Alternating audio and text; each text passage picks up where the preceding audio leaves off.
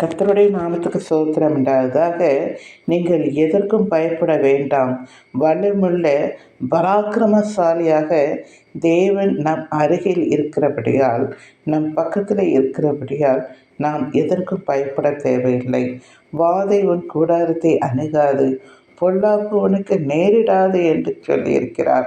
நீங்கள் எதற்கும் பயப்பட தேவையில்லை. உங்களை காக்கும்படியாக தேவன் நம் பக்கத்தில் இருக்கிறபடியால் நாம் பயப்பட தேவையில்லை. பிசாசானவனுக்கு நீங்கள் பயப்பட தேவையில்லை. எந்த ஒரு பொல்லாப்புக்கும் நீங்கள் பயப்பட தேவையில்லை. இந்த வியாதி வந்துடுமோ, அந்த வியாதி வந்துடுமோ என்று நீங்கள் நினைக்க வேண்டாம், கலங்க வேண்டாம். தேவன் எல்லாவற்றையும் உங்களிடத்திலே அனுப்ப அவர் மாட்டார். அவர் அவர் நம்ம அருகிலே அவ்வளோ பராக்கிரமசாலியாய் நம் பக்கத்தில் இருக்கும்பொழுது நாம் எதற்காக பயப்படணும்? நம்மளை குறித்து ஆண்டவர் சொல்லுகிறார், நீ பயப்படாதே, நான் உன்னை தேவன் என்று சொல்லியிருக்கிறார்.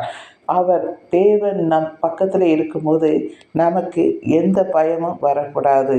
நம் பக்கத்தில் 1000 பேர், உன் வலது பக்கத்தில் 10,000 பேர் அது விழுந்தாலும் அது உன்னை அணுகாது அப்படின்னு சொன்ன தேவன்.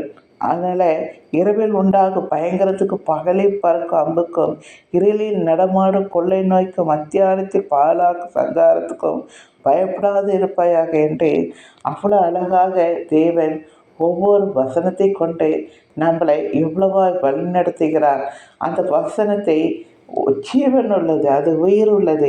நீங்கள் அதை விசுவாசத்தோடு ஏற்றுக்கொள்ளும் போது தேவன் நம் பக்கத்தில் இருக்கிறார். பிசாசானவனை அவர் அப்படியே காலின் கீழே நசுக்கி போட்டவர் சிலுவையிலே. அந்த தேவன் இன்றும் நம் பக்கத்தில் இருக்கிறபடியால் நீங்கள் எதற்கும் கலங்க வேண்டாம். சரிங்களா? தேங்க்யூ.